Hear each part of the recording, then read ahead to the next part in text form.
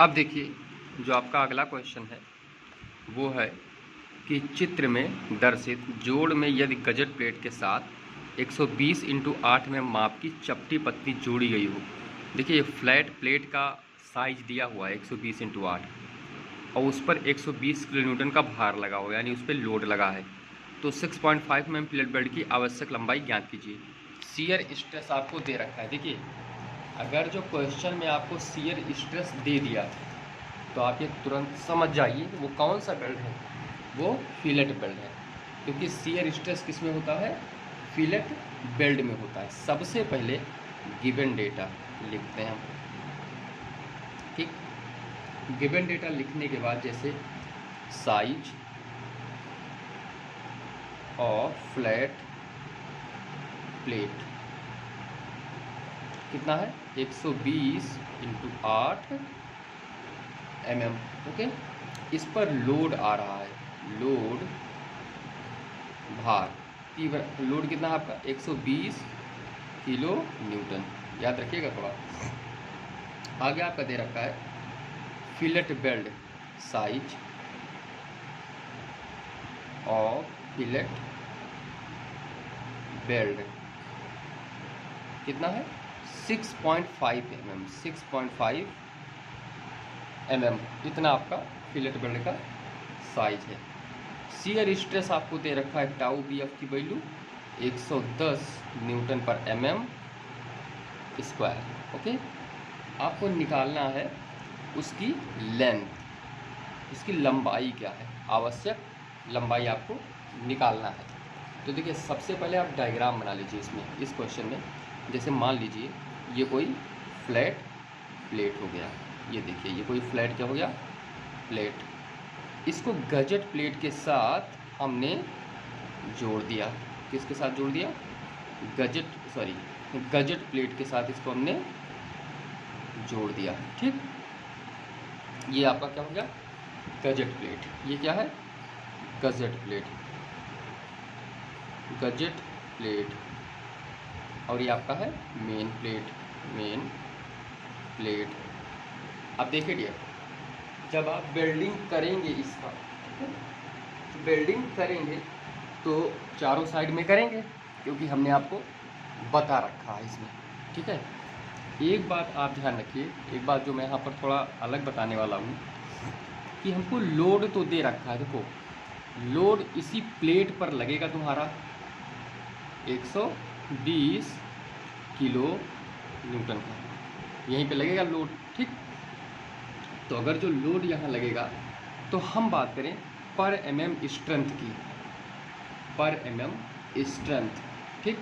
अगर जो पर mm स्ट्रेंथ की बात करेंगे लंबाई में, पर mm स्ट्रेंथ ऑफ बेल्ट, जैसे लिखें पर mm strength of fillet belt, fillet belt. इसका मतलब हुआ कि प्रति इकाई लंबाई में सामर्थ्य, फिलेट बेल्ट का हिंदी जो होगा फिलेट बेल्ट का प्रति इकाई सामर्थ्य होगा, प्रति इकाई सामर्थ्य। हाँ, इसका प्रति इकाई सामर्थ्य इसकी हिंदी है, फिलेट बेल्ट का प्रति इकाई सामर्थ्य। प्रति इकाई सामर्थ्य क्या है ये आप थोड़ा समझिए। जैसे ये पेन है, ये आपका पेन है, तो ये पेन छोटे छोटे पार्टिकलों से मिलकर बना हुआ है। तो इसके एक पार्टिकल की स्ट्रेंथ कितनी है, सिंगल पार्टिकल। जैसे हमने क्या किया, ये पूरा पेज है कॉपी का, ये पूरा पेज है कॉपी का, इस कॉपी के एक टुकड़े को हमने निकाल लिया। ये देखिए छोटा सा टुकड़ा, बहुत छोटा सा टुकड़ा हमने निकाल लिया है।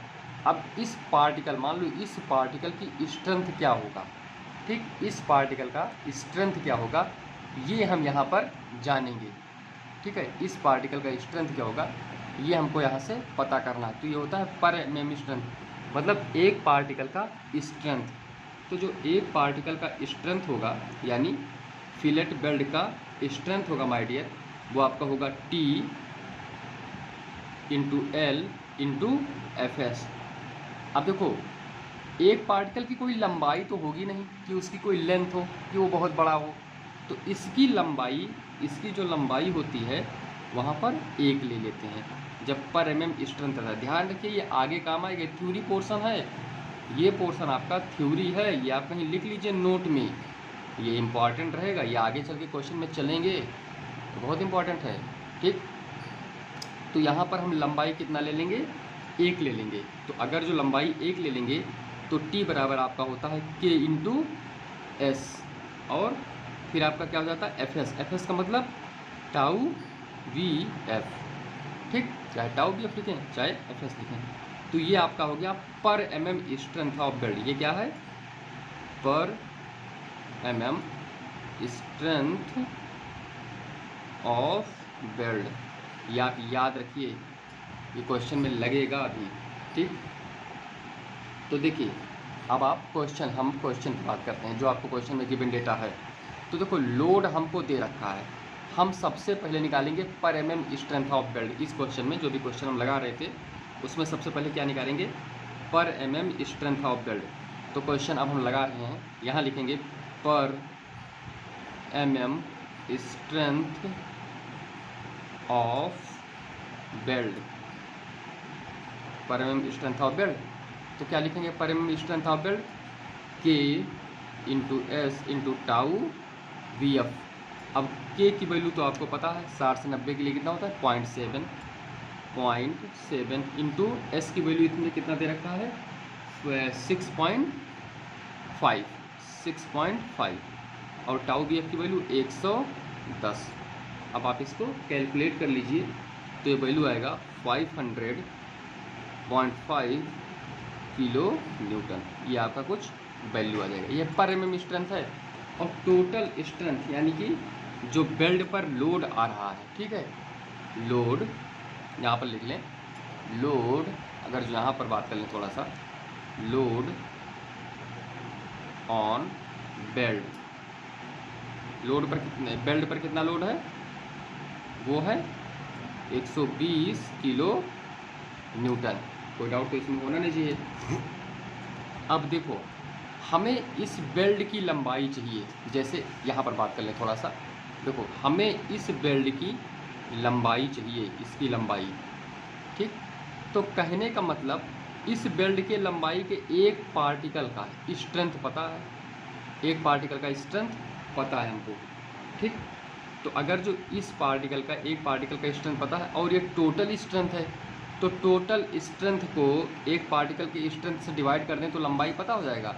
यानी अगर जो हम लिख लें, अगर जो तुम्हें समझ नहीं आ रहा है तो ये फार्मूला मान के याद कर लेना आप लोग।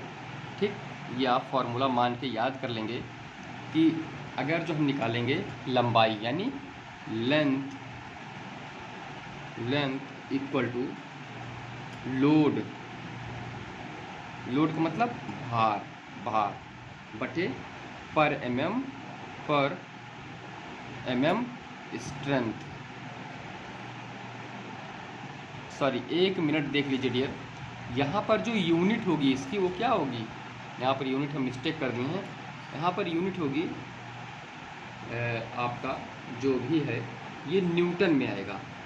क्यों, क्योंकि 110 की यूनिट न्यूटन में है, तो न्यूटन पर मीटर हो जाएगा। अच्छा, ये न्यूटन पर मीटर कैसे हुआ, मैं आपको ये भी समझाई दे रहा हूँ, देख लो समझ लो। जैसे देखो 0.7 की कोई यूनिट नहीं है, ठीक, यूनिट लेस है। 6.5 की यूनिट क्या है, mm। 6.5 की यूनिट क्या है, mm। ये साइज ऑफ बेल्ट है, इसकी यूनिट मैं तुम्हें समझा रहा हूँ, गुणे 110 की यूनिट क्या है, न्यूटन बटे mm स्क्वायर। तो देखो 1 mm से 1 mm कट जाएगा, तब भी 1 mm यहाँ पे बचेगा, तो न्यूटन और बटा mm ये आपका बच गया।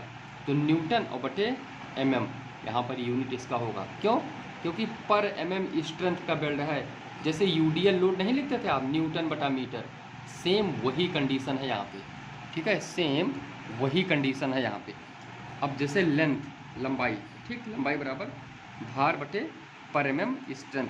तो भार आपका कितना है 120 किलो न्यूटन में है, तो न्यूटन में कर लें, गुणे 10 की पावर 3 कर लिए, और बटे 500.5 बराबर। ठीक, अब देखो इसकी यूनिट है न्यूटन और इसकी यूनिट है न्यूटन बटा mm। तो देखो न्यूटन से न्यूटन कट जाएगा और ये mm ऊपर आ जाएगा, ये mm कहाँ आएगा ऊपर, तो इसकी यूनिट क्यों क्या हो जाएगी mm।